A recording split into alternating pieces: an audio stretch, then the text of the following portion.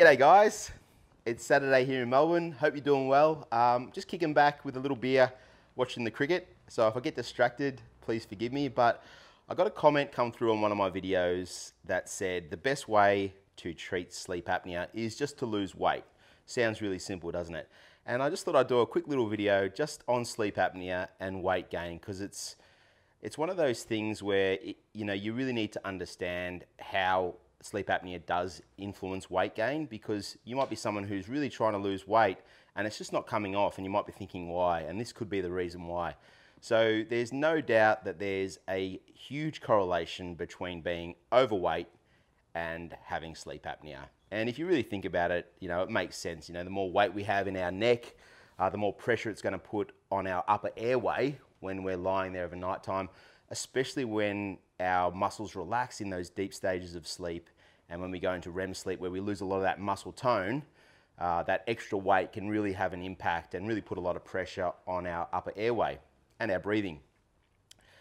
So why don't we just lose some weight then, hey? And then that'll all be fixed. Well, it's really challenging if you do suffer from sleep apnea, and it's for two reasons. So number one is that when we have sleep apnea, our body is in quite a stressed state. We're not sleeping well, our heart rate's up, our blood pressure's up, and because of this, our body releases this stress hormone, which is called cortisol. And what cortisol does is it tells our body to hold on to our energy reserves, our fat, basically. And so it's very hard to lose that fat because this hormone is telling your body, no, you're stressed, you need to hold on to that, okay?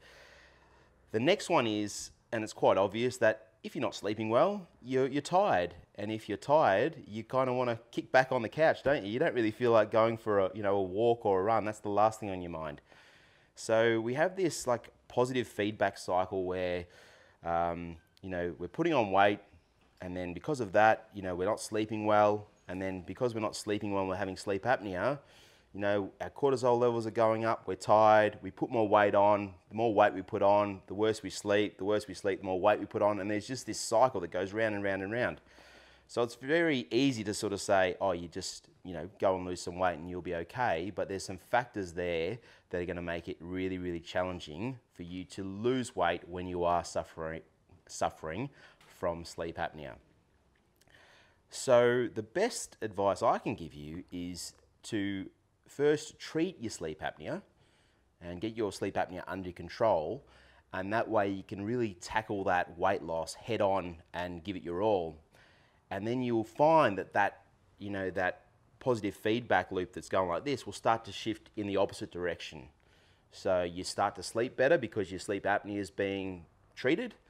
Because of that, you're feeling better during the day. You can start to exercise a bit more, maybe watch what you're drinking, watch what you're eating. You lose a bit weight, your sleep gets better, and you start turning that, that feedback cycle in the opposite direction, which is what you want to do. Now, it might not mean that you don't need a CPAP machine in the future, but it might.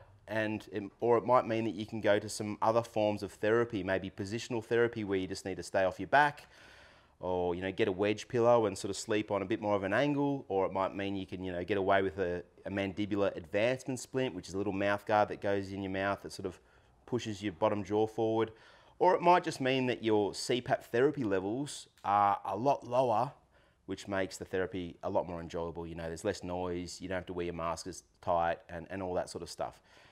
So that's just a little advice from me to you today. Like I said, it's not a long video, very casual one.